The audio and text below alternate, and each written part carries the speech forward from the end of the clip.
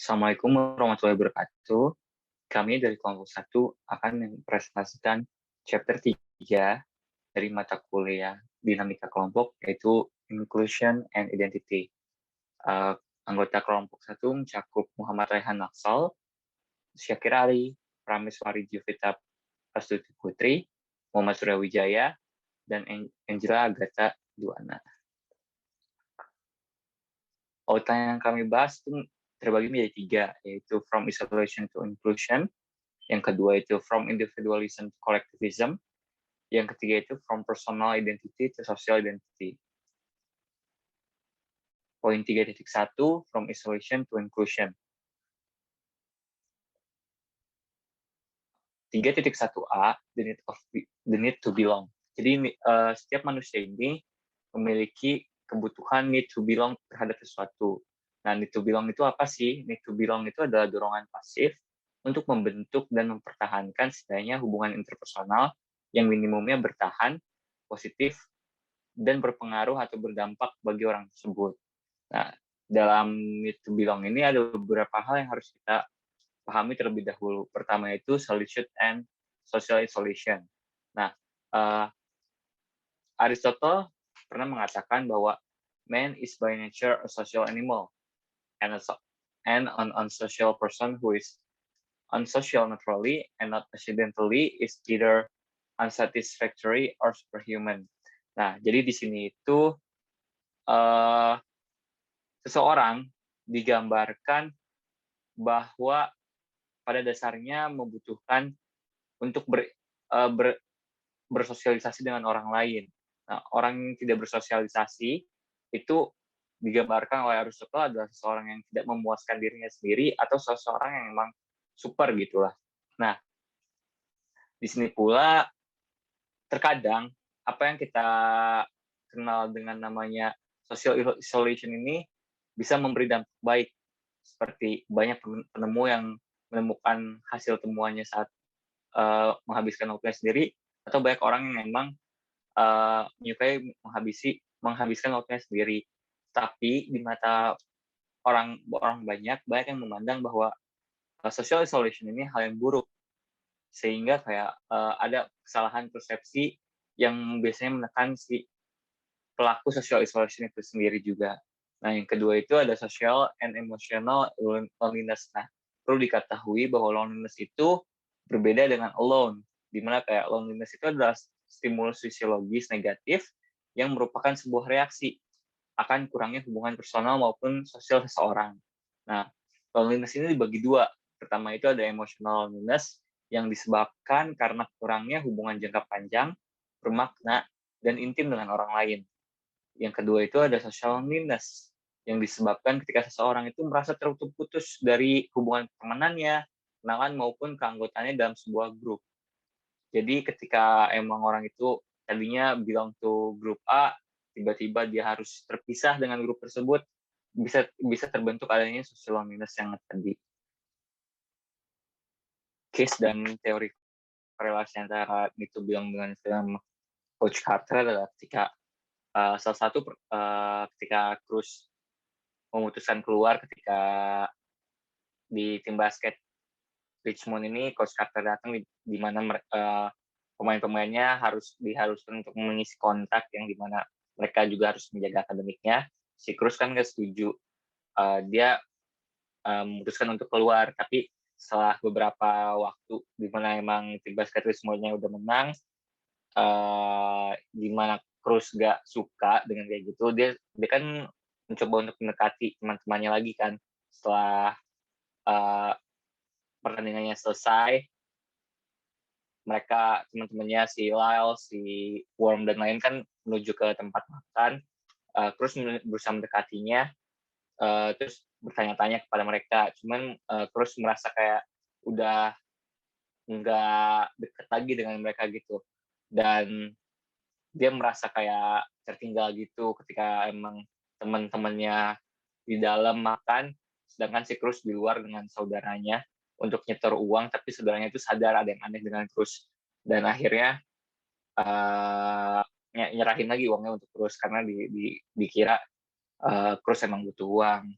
Ternyata ya bukan itu. Terus membutuhkan need to belong to the group-nya yang teman-teman basketnya tadi, dan akhirnya dia mencoba bergabung kembali ke tim basketnya.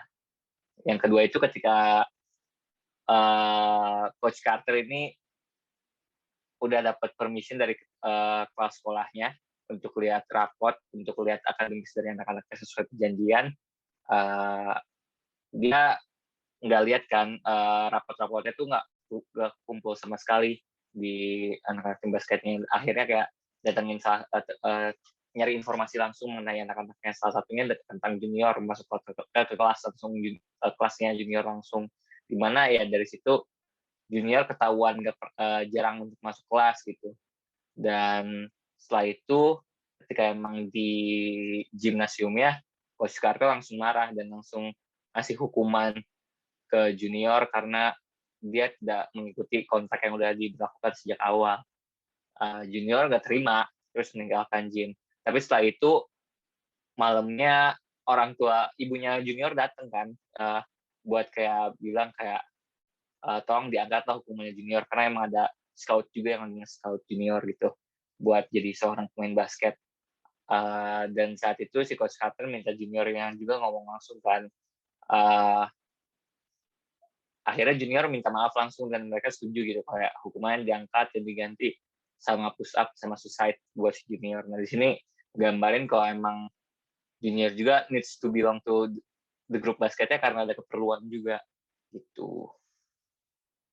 Selanjutnya ada inclusion and exclusion. Jadi yang perlu kita ketahui pertama kali adalah ada istilah ostracism yang berarti mengeluarkan atau tidak mengakui satu atau lebih individu dari sebuah grup dengan cara mengurangi atau mengeliminasi kontak dengan individu itu sendiri, biasanya dilakukan dengan cara mengabaikan, mengucilkan, atau secara eksplisit mengusir orang-orang yang tadi dari kelompok yang telah ada. Nah, di sini ada sebuah table rejection and acceptance, di mana di sini digambarkan ketika sebuah grup atau sebuah kelompok ini menginginkan adanya orang lain untuk bergabung dengan kelompok tersebut, maka mereka akan cenderung menjadi maximum inclusion, di mana mereka sangat aktif dalam merekrut anggota-anggota baru. Lalu ketika memang nanti mereka sudah tidak perlu atau merasa partisipasi dari orang ini terlalu banyak atau tidak penting lagi, maka mereka akan melakukan yang kita namakan adalah maximum exclusion, di mana mereka itu seperti yang tadi disebut melakukan ostracism, di mana kayak mengabaikan orang-orang tertentu, mengucilkan, atau bahkan bisa aja kayak langsung kayak ngusir orang-orang tersebut dengan kata-kata yang tidak mengenakan atau istilahnya ya dikeluarkan secara pahit lah gitu. Ketika seseorang mengalami exclusion, bakal ada sebuah stage yang akan dialami. Pertama, melalui minimal stage, di mana dia merasakan ada perubahan, mendeteksi dari ostracism ini, lalu dia akan pindah ke reflective stage, di mana kalau dia sadar, dia bakal merasakan kesakitan, bisa berupa negatif efek seperti rasa sedih karena left out, atau misalkan marah karena kenapa sih orang-orang ngejauhin gue atau mereka mau ngeluarin gue gitu. Terus ada yang kayak dia tidak terintimidasi dan malah membutuhkan kayak threat gitu, membutuhkan ancaman tertentu sehingga dia bisa sadar diri gitu terhadap apa yang terjadi oleh orang-orang yang ingin mengeluarkan dia dari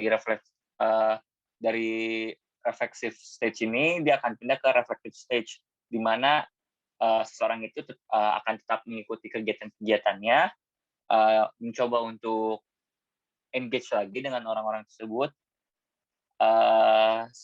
sembari untuk kayak mencari alasan dan kayak mencari relevansi kenapa sih orang-orang mau ngeluarin dia gitu. Dari situ dia bisa menemukan kayak ada nggak sih rasa aman untuk dia. Ketika emang nggak ada rasa aman untuk dia bakal ke resignation stage, di mana dia akan merasa tidak nyaman dan bisa terjadi kayak alienation, terus bisa depresi, bisa hopeless dari si orang tersebut, atau misalkan dia tidak merasa berharga lagi atau worthless. Nah, di sini dia tentunya bakal tidak nyaman di grup tersebut dan sangat mungkin untuk keluar dari grup tersebut karena perilaku yang tadi ostracism sama exclusion telah dilakukan. Nah, uh, sebagian besar orang umumnya bakal respon negatif ketika mereka merasakan ostracism dan exclusion. Yang biasanya orang ungkapkan ketika mereka merasakan dua hal tersebut adalah perasaan frustasi, ketakutan, gugup, serta merasa kesepian ketika mereka tidak lagi menjadi bagian dari grup tersebut. Nah, responnya itu terbagi menjadi dua. Pertama, fight or flight, di mana ini dicirikan dengan adanya nervous system yang tertrigger, di mana yang di nervous system ini mencakup kayak detak jantung yang meningkat, pupil yang semakin kecil. Di situ yang membuat dia harus ready apakah dia ingin fight di posisi dia atau ya dia pergi aja flight gitu. Nah, yang kedua itu ada ten and befriend, di mana dia tuh mencoba secara hubungan internal dengan cara mensupport untuk meraih lagi kepercayaan atau mempererat pertemanan dengan cara-cara yang dia lakukan. Case dan teori korelasi dari 31B ini, yang pertama itu Coach Carter yang tegas dan tidak memanggil kembali orang-orang yang tidak setuju dengan perjanjian di awal mereka. Kontrak yang ditawarkan Coach Carter untuk menjaga akademisnya, orang-orang kayak Cruz dan dua orang yang dianggap sebagai pencetak angka paling banyak di tahun sebelumnya, itu nggak setuju kan dan pergi. Terus Coach Carter tegas ya, emang nggak meminta mereka untuk kembali dan ya nggak mencoba untuk memainkan mereka juga. Bahkan ketika si Cruz itu mencoba untuk bergabung kembali, seperti yang tadi dijelaskan ketika dia merasakan to belong di tim basket Richmond ini, Coach Carter tuh yang ngasih hukuman atau tantangan untuk Richmond itu yang kayak berat dan nggak realistis itu buat dilakukan dalam tenggat waktu 4 hari, kayak 500 push up sama 1000 suicide run. Itu menunjukkan kayak ostracism-nya Coach Carter, gimana kayak dia secara eksplisit langsung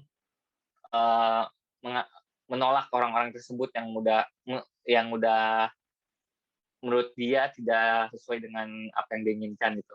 Terus yang kedua itu ketika Cruz pertama kali dihadapkan dengan kontrak tersebut, kita bisa melihat si Cruz itu yang pertama kali ya mencoba mukul terus kabur atau lari dari kontrak tersebut, kayak nggak mau ikut campur. Nah, di situ bisa kita lihat kayak flight yang dilakukan oleh si Cruz. Tapi ketika dia mau balik lagi, si Cruz ini mau mencoba untuk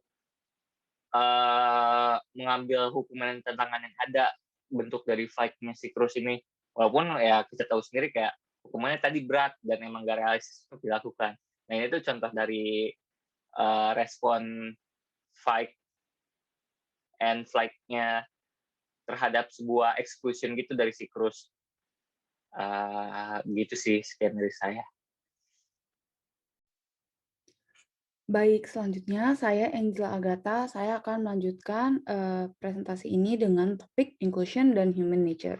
Nah, sebelumnya, kenapa sih orang itu lebih cenderung untuk memilih berkelompok dibandingkan diisolasi sendiri? Terus kenapa juga orang harus bereaksi negatif ketika ada orang yang menjauhi dia? Nah, menurut teori evolusi, jawabannya itu karena the need to belong to groups itu merupakan bagian dari human nature. Nah, yang pertama itu ada the herd instinct atau insting kawanan. Nah, psikolog William McDougall itu menyatakan bahwa manusia itu sangat tertarik pada kawanan manusia yang sangat banyak, yang memberikan daya tarik yang buruk pada orang-orang yang ada di luarnya. Nah, psikologi evolusi ini berasumsi bahwa kecenderungan manusia untuk hidup berkelompok itu, jadi kecenderungan manusia untuk hidup berkelompok daripada sendiri itu, karena mekanisme psychological dan juga biological. Jadi, kayak contohnya manusia-manusia, zaman dulu gitu ya, mereka tuh hidup berkelompok karena mereka ngerasa kalau misalkan berkelompok itu banyak ada jadi kayak masalah-masalah basic bisa diselesaikan bersama-sama gitu. Terus tapi kehidupan berkelompok itu sebenarnya ada cost dan benefit-nya juga. Jadi kalau misalkan kayak manusia purba gitu ceritanya ya, kalau misalkan dia berkelompok, itu tuh dia sebenarnya kalau misalkan mereka hidup berkelompok, mereka itu sebenarnya menarik perhatian predator gitu kan, karena mereka kan beramai-ramai tuh kalau misalkan beraktivitas. Udah gitu, kalau misalkan mereka punya makanan juga, mereka harus bagi-bagi gitu sama anggota kelompok yang lain. Beda ceritanya sama kalau misalkan dia individual. Individual kalau misalkan mereka mau cari makan, mereka nggak akan menarik perhatian predator karena mereka cuma sendirian. Udah gitu mereka kalau punya makanan juga bisa langsung dimakan gitu aja tanpa harus bagi-bagi ke yang lain gitu kan. Nah terus tapi ada benefit-nya juga. Benefit-nya apa? Contohnya itu kalau misalkan kayak manusia kita pakai contoh tadi tuh. Nah, manusia purba kayak gitu tuh mereka bisa, berburu binatang yang besar karena jumlah mereka banyak kan, mereka beramai-ramai. Udah gitu, mereka juga bisa bergantung sama, anggota yang lain kalau misalkan mereka lagi di dalam ancaman gitu. Nah, terus teori evolusi, mengasumsikan bahwa keuntungan dari kehidupan kelompok lebih dari beberapa generasi, akhirnya menjalin sosialitas ke dalam DNA dari ras manusia. Jadi, teori ini bilang kalau misalkan kalau misalkan dari leluhur kita itu udah suka hidup berkelompok, maka akan menghasilkan keturunan yang suka hidup berkelompok pula. Nah, makanya itu dari teori evolusi itu dibilang kalau misalkan manusia dalam berkelompok itu kan paling mungkin untuk, bertahan hidup dan juga bereproduksi gitu kan, karena kan mereka berkelompok. Nah, maka, seleksi alam itu akan mendukung, orang yang peka terhadap sinyal, peka terhadap sinyal orang lain gitu. Jadi kayak makanya, sekarang jadi ada sosiometer teori. Jadi sosiometer teori itu adaptasi kognitif yang memantau tingkat penerimaan, oleh orang lain. Jadi kasarnya tuh kalau misalkan sosiometer teori itu kayak, kemampuan kita, untuk mengetahui apakah kita diterima di kelompok itu atau tidak. Karena kan maksudnya ada juga ya, maksudnya kita misalkan udah hidup berkelompok tapi, kita nggak tahu nih kita diterima apa enggak di kelompok itu. Makanya orang yang punya sosiometer ini, mereka tuh peka sama sinyal-sinyal, yang ditimbulkan sama si anggota kelompok ini. Nah, jadi model sosiometer ini menyimpulkan bahwa kebanyakan orang memiliki self esteem yang tinggi bukan karena mereka menganggap dirinya baik, tapi karena mereka berhati-hati dalam mempertahankan inklusi dalam kelompok sosial. Jadi, balik lagi kalau mereka itu berhati-hati dalam mempertahankan kelompok sosial karena tadi manusia itu lebih cenderung untuk hidup dalam kelompok gitu kan. Nah, terus ada penelitian juga yang bilang kalau misalkan, eee, penolakan yang dilakukan oleh anggota kelompok gitu, jadi kalau misalkan kita ditolak sama kelompok kita sendiri, itu membuat, self esteem kita tuh turun. Nah, kemudian ada, The Biology of Ostracism and Inclusion. Jadi, ini tuh kayak, reaksi negatif yang dialami kebanyakan orang ketika mereka dikucilkan itu memiliki dasar biologis. Nah, dasar biologisnya itu, jadi itu ternyata kayak rasa sakit yang ditimbulkan, karena pengucilan itu secara neurologis serupa dengan rasa sakit yang disebabkan secara fisik.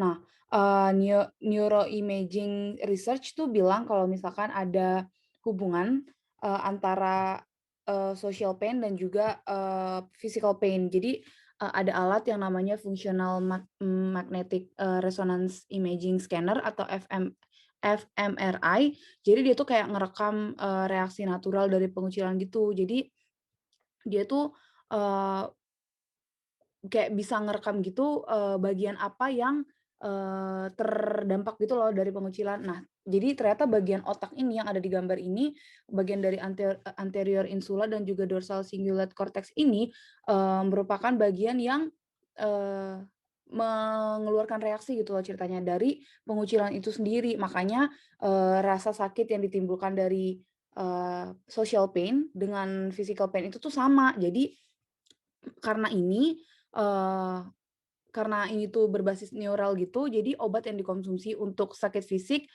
juga bisa meredakan sakit karena social exclusion gitu. Jadi pernah ada, penelitiannya, jadi ada seorang volunteer, dia tuh kayak, dikasih acetaminophen gitu, jadi itu tuh kayak obat. Nah, dia dikasih obat ini selama 3 minggu, berturut-turut gitu kan. Nah, untuk ngecek nih, jadi selama dia minum obat ini, terus dia kayak dikasih main game gitu. Nah, terus selama dia main game, dia kayak mengalami exclude gitu, jadi kayak dia dikucilkan gitu loh di game-nya. Tapi, yang ter-record dari alat ini, otaknya itu tuh tidak bereaksi negatif itu, karena udah dikasih obat tadi yang acetaminophen itu. Nah, selanjutnya ada from individualism to collectivism. Nah, jadi ini individualisme itu kayak, ya udah ya, kita udah tahu kayak ini tuh perspektif yang mengasumsikan orang-orang bahwa orang itu otonom dan harus bebas untuk bertindak dan berpikir dengan cara yang mereka suka daripada tunduk pada tuntutan kelompok. Jadi kayak orang ini tuh lebih menganggap kalau dirinya tuh bebas gitu. Nah, terus ada kolektivisme. Jadi tuh kolektivisme itu kayak kelompok manusia tuh bukan hanya kumpulan individu independen, tetapi kumpulan kompleks anggota yang saling bergantung yang harus terus-menerus menyesuaikan diri dengan tindakan dan reaksi orang lain di sekitar mereka. Nah, ini ada, contoh-contohnya kayak, orang yang individualism dan kolektivism kayak social relation itu gimana. Jadi kalau misalkan si, orang yang individualisme itu kayak mereka concern, untuk, memelihara hubungan yang, menghasilkan kayak personal benefit ke mereka gitu loh. Jadi kayak, terus, keanggotaan mereka juga dibatasin, oleh kayak keluarga dan cuman teman-teman dekat gitu. Nah, beda sama orang yang kolektivism gitu, dia tuh kayak lebih memelihara, hubungan yang harmonis dengan orang lain, udah gitu keanggotaan mereka juga lebih banyak dibandingkan orang yang, individualisme, kayak mereka juga ada organisasi, klub sosial, dan lain-lain. Udah gitu kayak, kewajiban sosialnya, si individualisme itu biasanya perilakunya itu dipandu oleh, sikap dan preferensi pribadi mereka. Beda sama orang yang kolektivisme itu biasanya perilakunya itu dipandu oleh norma grup dan juga, perannya. Jadi kayak keputusan itu dibuat oleh pemimpin dan juga, kelompoknya dia gitu kan. Terus kalau misalkan kayak dari social motives tuh, eee orang yang individualisme tuh biasanya berjuang untuk kesuksesan pribadi. Terus kayak kepuasan itu datang dari kemenangan pribadi dalam persaingan dengan orang lain. Beda sama orang yang, kolektivisme tuh biasanya mereka concern pada kesuksesan kelompok, udah gitu kerja sama antar kelompok dan lain-lain.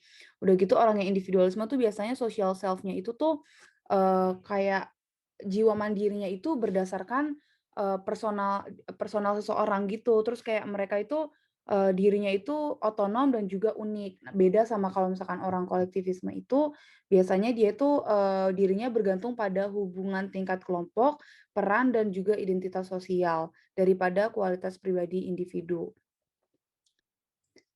Baik, selanjutnya saya Angela Agatha, saya akan melanjutkan, dengan kasus dan hubungannya dengan teori. Yang pertama itu ada the herd instinct. Jadi ini tunjukkan, lewat Timo yang memutuskan untuk kembali menjadi tim Richmond Oilers karena merasa cemburu dong akan keberhasilan teman-temannya. Nah, sebenarnya apa yang dilakukan Timo ini, merupakan, insting atau naluri alami yang, memaksa makhluk hidup untuk bergabung sama kawanannya.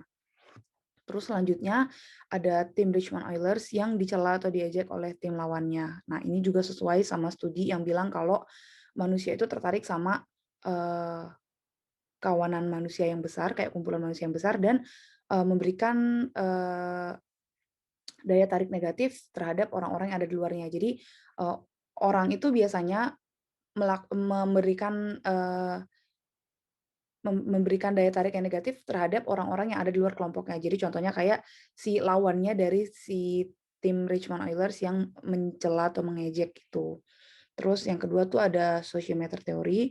Jadi ini, ditunjukkan lewat naiknya self esteem dari tim Richmond karena berhasil mengalahkan, tim Saint Francis yang dikenal, cukup unggul gitu. Nah, kan, si SMA Richmond ini kan, dikenal dengan rankingnya yang jelek dan bobrok gitu kan. Nah, gara-gara dia menang ini, SMA-nya tuh mulai dipandang gitu sama publik dan, mulai dikenal sama orang-orang gitu. Nah, terus selanjutnya itu ada di Biology of Ostracism and Inclusion. Nah, kaitannya itu, ada Tommy yang, memutuskan untuk keluar dari tim karena dia nggak setuju sama kontrak atau peraturan yang dibuat sama si, Ken Carter atau si, coach-nya gitu kan. Nah, akhirnya dia terlibat tektok gitu dan membuat dia merasa dikucilkan. Nah, karena tektok itu akhirnya dia memutuskan untuk keluar dari tim kan. Nah, tapi karena, dia ngelihat teman-temannya lebih sukses gitu, pas dia nggak ada akhirnya dia merasa, pain of exclusion. Nah, begitu juga yang dialami sama si Junior. Junior juga merasa dikucilkan karena, eee, dia tuh nggak memenuhi peraturan yang, dibuat sama, si coach yang memaksa kalau si anak-anak basket ini juga harus maju secara akademik gitu. Nah, terus selanjutnya itu ada individualisme dan juga kolektivisme. Nah, individualisme itu, tercermin dari tim Richmond yang awalnya tuh dia main dengan kepentingan individu yang menyebabkan mereka tuh sering, terjadi konflik antara anggotanya. Nah, ini tuh tercermin banget dari awal-awal film yang mereka itu, main, itu terkesan hitung-hitungan. Jadi mereka tuh kayak, sering debat dan kayak, ngomongin gitu, kayak, "Tadi kan gue udah, udah mencetak sekian poin," gitu kan. Jadi kayak mereka, fokus sama apa yang sudah dihasilkan sama diri mereka masing-masing. Akhirnya mereka sering tektok gitu, sering, berdebat dan sering berantem gitu ceritanya. Nah terus akhirnya mereka, lambat laun mereka bisa jadi kolektivisme gitu. Jadi kayak ini ditunjukkan sama waktu si, eee waktu si, Timo itu mau balik ke timnya, Timo itu nggak bisa nyelesain hukuman dari si coach, yaitu, melakukan push up kalau nggak salah sebanyak 2.500 kali, sama, yang lari suicide itu, yang lari bunuh diri sebanyak 80 kali. Nah, karena si Timo ini nggak bisa menyelesaikan itu seorang diri, akhirnya si teman-temannya itu mau ngebantuin Timo biar si Timo itu bisa balik lagi ke kelompoknya. Sekian dari saya, terima kasih. Perkenalkan, nama saya Prameswari Jovita. Saya akan melanjutkan penjelasan ke poin 32B, yaitu tentang the social self. Nah, ketika orang ditanya who are you atau kamu itu siapa, pasti jawabannya bervariasi. Tapi jawabannya itu sebenarnya hanya berputar pada 2 poin. Yang pertama yaitu individual qualities dan karakteristik, yang bisa berupa tentang kepribadiannya, kesukaannya, moodnya, cita-citanya, dan lain sebagainya. Atau peran dan partisipasinya dalam suatu kelompok. Jadi dia bisa menyebutkan bahwa misalnya dia tergabung dalam sebuah komunitas pencinta otomotif dan masih banyak lagi. Untuk lebih detailnya dapat juga dilihat di tabel di sebelah kanan. Nah, dari kedua jawaban ini kita juga dapat memahami bahwa ternyata seorang individu itu memiliki dua identity. Yang pertama yaitu personal identity dan yang kedua adalah social identity. Nah, personal identity ini adalah persepsi individu terhadap dirinya yang sifatnya individualistik. Jadi emang yang dibawa oleh dirinya sendiri, seperti sifatnya, keyakinannya, ataupun keterampilan dan bakatnya gitu. Nah, kalau social identity ini juga dikenal sebagai collective self. Jadi ini merupakan persepsi individu terhadap aspek yang ada pada dirinya. Nah, asalnya itu adalah dari relasinya dengan orang-orang lain atau dari suatu kelompok. Dari kedua identity ini, kita juga dapat mengenal bahwa meskipun seseorang itu, orang-orang itu cenderung memiliki personal dan social self, tapi tetap akan ada kecenderungan bahwa orang itu bisa mementingkan dirinya sendiri dibandingkan kepentingan kelompok gitu. Jadi dia lebih memprioritaskan tujuan saya itu apa sih, atau mungkin motivasi saya itu apa sih, jadi ingin mencapai personal goals dengan memiliki personal motivation. Nah, hal ini membawa kita kepada suatu interpersonal orientation yang dikenal sebagai individualis dan juga kolektivis. Nah, individualis ini seperti yang disebutkan tadi adalah orang yang cenderung memprioritaskan dirinya sendiri. Dikenal juga dengan sebutan independence, yang berarti tidak bergantung, atau idiocentrics. Nah, seperti yang sudah dijelaskan bahwa fokus mereka yang individualis adalah cenderung pada motivasi personal. Jadi tujuan-tujuan personal di atas kepentingan kelompok. Nah, sedangkan kolektivis adalah kebalikannya. Mereka juga dikenal sebagai interdependence atau allocentrics. Mereka lebih memprioritaskan kepentingan bersama, seperti tujuan dari suatu kelompok dan sebagainya dibandingkan kepentingan pribadinya. Nah, ini ada checkbox. Keduanya itu bisa dipakai untuk kita masing-masing untuk mengetahui dan memahami bahwa sebenarnya kita ini lebih individualis atau kolektivis sih. Nah, kalau misalnya banyak yang di kolektivis berarti memang ya dominasinya lebih ke kolektivis, walaupun pasti masih memiliki sifat individualis.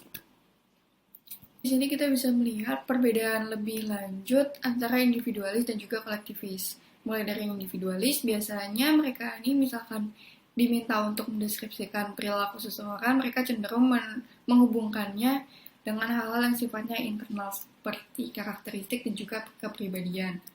Nah, mereka yang individualis ini juga biasanya secara emosional lebih terlepas dari kelompoknya, lebih suka berkompetisi, mencapai tujuan pribadi, dan termotivasi karena memang banyak tujuannya gitu, dan emang untuk dirinya sendiri. Nah, biasanya pekerjaan yang mereka cari juga sifatnya dapat memenuhi self-satisfaction mereka, yang dapat membantu mereka untuk lebih maju dan menjadi lebih unggul dibandingkan yang lainnya. Seperti yang disebutkan tadi, mereka senang untuk berkompetisi, jadi mungkin lebih memiliki keunggulan kompetitif gitu, dibandingkan individu lain-lainnya. Sedangkan mereka yang kolektivis itu biasanya, nah yang pertama ini, jika mereka diminta untuk mendeskripsikan perilaku seseorang, maka mereka dapat memahami bahwa tindakan ataupun perilaku seseorang itu bergantung pada kondisi sosial sekitar mereka pada saat itu. Jadi tidak bisa ditentukan bahwa orangnya tuh gini, orangnya tuh gitu. Karena itu benar-benar tergantung pada situasi sosial di sekitar mereka. Yang kedua, mereka mendefine kepribadian atau personality itu sebagai suatu hal yang sifatnya fleksibel. Jadi nggak ada personality yang sifatnya itu tetap dari seseorang gitu. Karena personality ini menurut mereka dapat berubah ketika seorang individu itu berpindah juga lingkungannya ataupun udah berbeda waktunya gitu. Jadi kalau berpindah lingkungan misalkan si A ini beda ketika ke keluarganya ataupun ke lingkungan di tempat kerjanya. Nah, orang yang kolektivis ini juga biasanya tidak senang berkompetisi, jadi lebih menghargai anggota kelompok lain dan berusaha membantu dibandingkan harus berkompetisi ataupun bersaing gitu. Jadi mereka saling membantu untuk saling dapat maju bersama-sama gitu. Nah, hubungan dengan kelompok yang dimiliki oleh orang yang kolektivis biasanya cenderung lebih stabil karena mereka tidak memiliki keinginan untuk memutus hubungan dengan kelompoknya. Nah, yang kaya biasanya dalam memilih pekerjaan, mereka cenderung memilih ke pekerjaan yang sifatnya juga kolektif. Jadi, antara anggota kelompok sama anggota kelompok itu bisa bergerak bersama, terus bekerja sama gitu. Nah, cultural differences ini sebagai salah satu hal yang dapat mempengaruhi kenapa seseorang itu bisa lebih individualis, kenapa seseorang itu bisa lebih kolektivis. Nah, dari hasil riset, secara garis besar dapat disimpulkan bahwa orang-orang di Amerika Serikat, negara berbahasa Inggris lainnya seperti Inggris dan juga Australia, dan negara di Eropa Barat seperti Jerman, biasanya cenderung lebih individualistis dibandingkan mereka yang tinggal di Asia, Eropa Timur, Afrika, dan juga Timur Tengah. Nah, ada juga observasi lebih lanjut ke spesifik ke orang Jepang dan juga orang Amerika. Nah, orang Jepang ini mendeskripsikan diri mereka tuh bisa bertindak berbeda di situasi dan juga di lingkungan yang berbeda gitu. Jadi menyesuaikan. Sedangkan orang Amerika ini katanya menggambarkan diri mereka tuh bertindak sama saja di berbagai situasi. Jadi tetap ya udah gitu aja. Nah, sebenarnya juga hasil observasi ini hanya generalisir. Jadi adanya perbedaan negara dan juga perbedaan budaya tidak menentukan kenapa individu tuh bisa bertindak cenderung lebih individualis maupun kolektivis. Jadi ada kemungkinan juga bahwa individu ini tidak mengadopsi budaya yang ada di negara asalnya. Oke, nah bentuk kolektivis dan juga individualis dari tiap negara dan budaya ini juga bisa berbeda-beda. Jadi nggak mesti kolektivis itu mereka selalu berkelompok dan sama. Misalkan di India, kolektivisnya tuh memiliki hierarki vertikal seperti adanya kasta, jadi kelompok-kelompoknya juga terbagi-bagi lagi. Nah, di negara Amerika Latin dan negara Hispanik menganut kolektivisme tetapi tetap menghargai adanya eksistensi orang asing dan juga tetap senang membantu mereka. Padahal biasanya orang-orang yang kolektivis itu cenderung menolak adanya orang asing atau strangers. Nah, ini juga dikenal dengan budaya simpatia. Seperti yang sudah disampaikan sebelumnya, bahwa individu yang cenderung kolektivis dan juga yang individualis memiliki karakteristik yang cenderung berbeda. Namun meskipun begitu, meskipun bertolak belakang dan berbeda, keduanya tetap merupakan dua dimensi yang dapat berubah, tergantung pada situasi dan waktu. Nah, hal ini berhubungan dengan adanya teori optimal distinctiveness yang dicetuskan oleh Marilyn Brewer. Nah, Beliau mengasumsikan bahwa seorang individu itu memiliki 3 kebutuhan dasar untuk mencapai tingkat kepuasan individu. 3 kebutuhan dasarnya itu yang pertama yaitu kebutuhan berasimilasi dengan kelompok, yang kedua kebutuhan untuk terhubung dengan teman dan mereka yang dicintai, dan yang ketiga adalah kebutuhan akan otonomi serta diferensiasi. Nah, untuk memenuhi kebutuhan ini, maka dari itu individu dapat berubah dalam bertindaknya, mungkin kadang cenderung kolektivis dan juga kadang cenderung individualis. Nah, dengan terpenuhinya 3 kebutuhan ini, seorang individu dapat mencapai tingkat kepuasannya, yaitu ketika personal qualities mereka diingat dan dihargai, terlihat secara emosional dengan teman dekat, dan juga merasa mirip dengan anggota kelompok lain dari beberapa segi. Nah, karena untuk memenuhi kepuasan ini, individu pasti akan tergabung pada kelompok. Disebutkan bahwa sebuah kelompok dapat memberikan hal-hal untuk memenuhi kepuasan individu tadi. Dengan tergabungnya seseorang ke dalam kelompok, apalagi kelompok yang kecil, maka perasaan akan keunikan terhadap dirinya sendiri itu juga dapat meningkat. Jadi dia merasa lebih berbeda dibandingkan yang lainnya. Nah, dari suatu kelompok juga biasanya mereka membiarkan seorang individu ini mengerjakan tanggung jawabnya sesuai dengan caranya masing-masing agar mereka dapat mencapai tujuan bersama, namun juga mungkin ada personal goals yang ingin dicapai melalui tugas-tugas yang dimiliki di kelompok ini tadi. Nah, yang terakhir bahwa kelompok ini juga bisa memberikan hal yang bisa diterima oleh baik mereka yang kolektivis maupun mereka yang individualis, yaitu kelompok berperan sebagai sarana untuk memaksimalkan rasa keunikan diri sendiri ataupun ciri khas dari masing-masing individu yang ada, dan juga memenuhi the need to belong. Jadi, seorang individu pasti akan merasa dimiliki oleh suatu kelompok. Selanjutnya adalah membahas hubungan teori pada bab 3 ini dengan film Coach Carter. Nah, khususnya pada materi The Social Self yang telah dibahas sebelumnya. Diceritakan di film tersebut bahwa Coach Carter memberikan kontrak kepada anggota-anggota tim basketnya, yaitu di Richmond High School. Kontraknya ini diberikan dengan tujuan untuk membenahi perilaku, kebiasaan, serta nilai mereka di sekolah. Nah, kontraknya ini yaitu yang pertama adalah berupa mereka tuh harus masuk ke semua kelas, semua mata pelajaran, terus harus memakai baju dengan rapi selayaknya sekolah, terus menghormati orang-orang sekitarnya, terutama yang lebih tua, dengan memanggil sebutan dengan sir gitu, kalau misalkan manggil ke coachnya gitu. Jadi lebih respect terhadap yang lain, dan juga nilai-nilai mereka di sekolah tuh harus minimal C+. Nah, kontraknya ini diberikan ke seluruh anggota timnya. Nah, ada beberapa yang gak terima sama kontraknya. Salah satunya adalah Timo Cruz atau dipanggil Cruz ini. Dia juga merupakan seorang drug dealer membantu sepupunya. Dari film ini, terus itu awalnya menunjukkan dirinya yang cenderung individualistik karena dia tidak memiliki tujuan yang sama dengan Coach Carter maupun timnya tadi. Jadi dia tidak ingin bergabung di timnya untuk mendapatkan banyak kemenangan dari tim basket dan sebagainya, jadi dia memilih untuk keluar karena tidak setuju dengan kontrak yang diberikan oleh Coach Carter tersebut. Nah, anggota-anggota tim basket Richmond High School ini juga cenderung individualistik sebagai anggota kelompok karena mereka independen dan masih sering berargumen dengan Coach Carter itu sendiri juga, kecuali beberapa orang aja. Dan mereka tuh masih sering, misalkan menerima kekalahan, maka mereka masih sering untuk menyalahkan anggotanya satu sama lain. Nah, tapi seiring berjalannya waktu, mereka semakin mengenal Coach Carter karena menyetujui kontrak juga dan menjalankannya.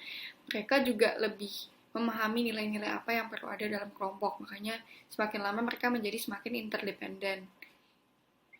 Si Cruz tadi yang meninggalkan timnya itu juga pada akhirnya memutuskan untuk menurunkan egonya untuk menjadi seseorang yang kolektivis dan meminta Coach Carter agar dapat bergabung kembali dengan tim basket Richmond High School. Pada akhirnya juga tim basket Richmond High School ini lebih interdependen seperti yang disebutkan sebelumnya, dengan lebih memahami peran mereka masing-masing sebagai kelompok dan juga lebih banyak bekerja sama dan setuju dengan Coach Carter, sampai pada akhirnya di akhir film tujuan mereka tercapai, yaitu Coach Carter senang karena emang nilai-nilai mereka naik, attitude-nya juga semakin bagus, baik di dalam tim maupun di kehidupannya. Saya akan dilanjutkan oleh teman saya. Selanjutnya kita akan membahas tentang social identity theory. Saya Syakir Ari, di sini kita akan membahas mengenai teori identitas sosial, yaitu sebuah analisis teoritis dari proses kelompok dan antar golongan hubungan yang mengasumsikan kelompok itu mempengaruhi anggota mereka, terutama dalam konsep diri dan harga diri. Kemudian ketika juga individu itu mengkategorikan diri mereka sebagai anggota kelompok dan identitas kelompok. Situasi minimal antar golongan merupakan prosedur penelitian yang dikembangkan oleh Henry Tachfield dan John Turner dalam studi mereka tentang konflik antar golongan yang melibatkan sebuah kelompok yang bersifat anonim dan tidak berkaitan dengan satu sama lain. Jadi Henry Tachfield dan John Lennon ini menggunakan prosedur penelitian ini untuk membahas tentang teori identitas sosial. Jadi dia tuh kayak di sini maksudnya anonim, jadi random orang tanpa kita tahu latar belakangnya itu mengisi survei. Dan mereka tuh random aja gitu, tidak berkaitan satu sama lain, terus mereka mengisi survei dan dari situ kayak mereka dapat menentukan ini identitas orangnya tuh kayak gimana, dilihat dari surveinya tersebut gitu loh.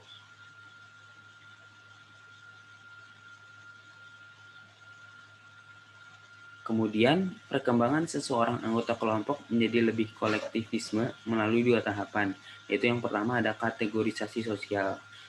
Yaitu seseorang secara otomatis akan mengklasifikasikan orang lain dalam berbagai kategori. Dalam pengkategorian ini terdapat 2 jenis, yaitu kategori sosial yang erat kaitannya dengan stereotip dan kategori individu yang erat kaitannya dengan self-stereotip. Sebenarnya apa sih stereotip dan self-stereotip tersebut? Stereotip itu merupakan serangkaian generalisasi kognitif yang dibagikan secara sosial, misalnya keyakinan dan harapan tentang kualitas dan karakteristik anggota dari kelompok atau kategori sosial tertentu. Kemudian ada self-stereotype, yaitu menerima generalisasi yang dibagikan secara sosial tentang karakteristik prototipe yang dikaitkan dengan anggota kelompok sebagai deskripsi akurat tentang diri sendiri. Jadi kayak karakteristik prototipe secara general anggota kelompok tuh dimasukkan ke dalam diri sendiri gitu.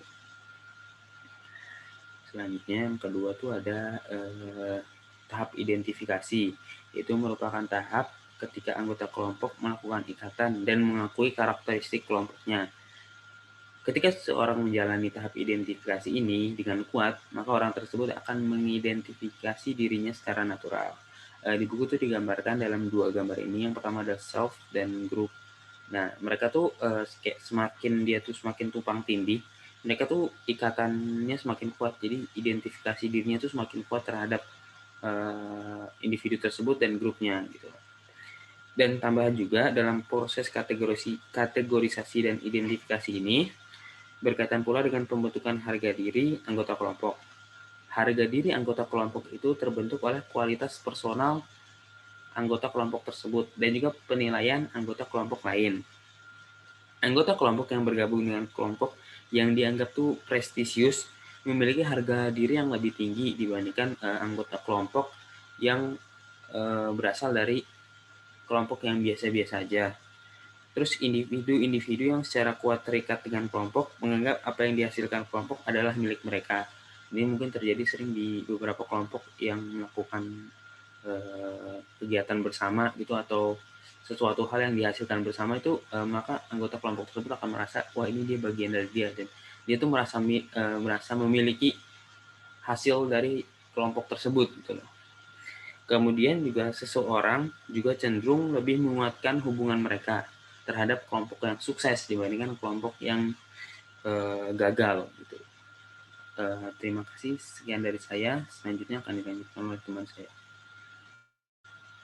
Oke, selanjutnya jika dikaitkan dengan case and theory correlation dari film Coach Carter tersebut disebutkan dilihat bahwa warga dari kota Richmond yang mayoritas memiliki sifat dan perilaku yang mengarah kepada penyimpangan, kriminalitas, dan kurang peduli terhadap pendidikan, khususnya perkuliahan.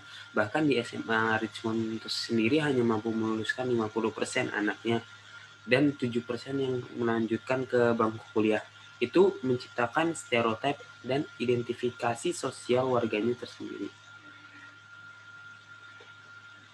Selanjutnya akan dilanjutkan oleh teman saya.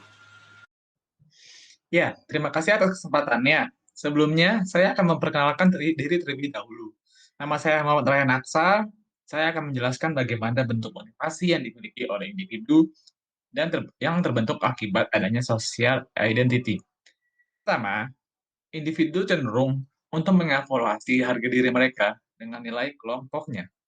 Dalam penelitian yang dilakukan oleh Michael Hobbs tahun 2005, peneliti tersebut menemukan fakta bahwa terdapat dua motif dasar yang mempengaruhi pembentukan harga diri individu melalui proses identifikasi kelompok individu tersebut. Secara umum, individu cenderung untuk termotivasi dalam berpikir baik tentang harga diri mereka sendiri. Namun, kondisi di mana individu bergabung dengan kelompok membuat peran kelompok tersebut menjadi signifikan dalam diri mereka sebagai anggota kelompok.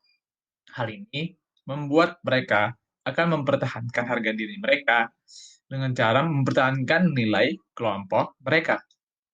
Hobbes juga menemukan bahwa pemahaman diri adalah hal yang umumnya dilakukan oleh kebanyakan individu, dan nilai kelompok yang ada menjadi salah satu jalan untuk memahami harga diri individu masing-masing.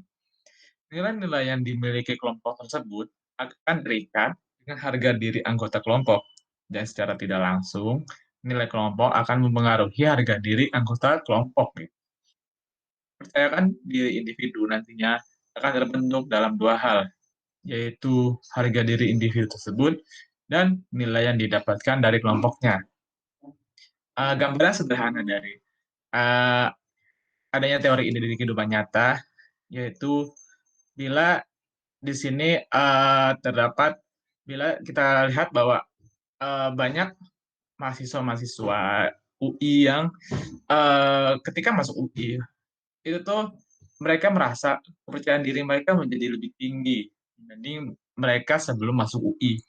Hal ini dikarenakan UI memiliki value yang tinggi dan individu cenderung untuk mengaitkan harga diri mereka dan nantinya harga diri kelompok akan terevaluasi ke dalam diri mereka, sehingga nantinya mereka memiliki kepercayaan diri yang tinggi.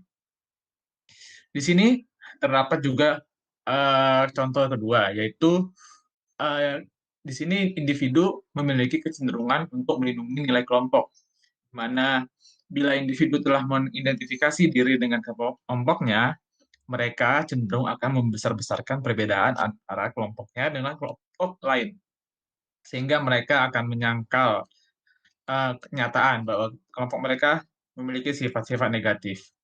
Mereka cenderung menganggap kelompok lebih unggul dari kelompok lainnya. Mereka juga memuji kelompok mereka atas keberhasilannya. Namun bila kelompok mereka gagal, mereka cenderung akan menyalahkan pengaruh luar. Di sini bisa dilihat bila ketika mahasiswa UI mengikuti perlombaan. Bila di sini mahasiswa UI itu menang, mereka akan cenderung membanggakan universitas mereka. Dan di sini mereka cenderung kayak, saya berhasil karena saya di UI. Namun, bila mereka gagal, mereka biasanya cenderung untuk menyalahkan hal-hal di luar UI, seperti misalkan jurinya, atau misalkan kecenderungan faktor-faktor lain yang di luar kelompoknya. Lalu yang ketiga, individu itu memiliki kecenderungan untuk melindungi nilai yang dimiliki oleh diri sendiri. Pada kenyataannya, individu itu akan lebih terganggu oleh ancaman terhadap harga diri pribadi mereka daripada ancaman terhadap nilai kelompok mereka. Terdapat penelitian yang dilakukan oleh Elmer Spears and Dostje pada tahun 2002 yang mengungkapkan bahwa individu akan berpaling dari kelompok yang mengancam harga diri pribadinya. bila individu mendapat kesempatan untuk memilih kelompok yang mereka ikuti, mereka akan mengubah kesetiaan mereka dan meninggalkan kelompok yang statusnya lebih rendah atau rentan terhadap kegagalan. Lalu mereka akan mencari keanggotaan dalam kelompok yang memiliki status sukses. Di sini bisa dilihat uh, kalau misalkan ada terdapat mahasiswa yang ternyata dia juga mendapat kesempatan untuk luar negeri, universitas yang ternama. Mereka akan cenderung untuk pindah dari UI ke universitas yang lebih tinggi prestisnya di luar negeri sana, bila mereka memiliki kesempatan untuk berpaling. Dan di sini ketiga dari hal yang telah saya jelaskan dapat terjadi di kelompok mana saja, tidak hanya dalam kelompok ya di sekitar kita. Ya, di sini saya akan menjelaskan kaitannya film The Coach Carter dengan materi yang saya presentasikan tadi, yaitu materi Multiplication and Social Identity. Di sini saya akan mengambil beberapa cuplikan dari film Coach Carter, yaitu yang pertama adalah cuplikan fans dari fans Richmond. Di sini fans Richmond itu bila melihat tim Richmond, itu tuh psikologi mereka seakan-akan terkoneksi dengan tim Richmond.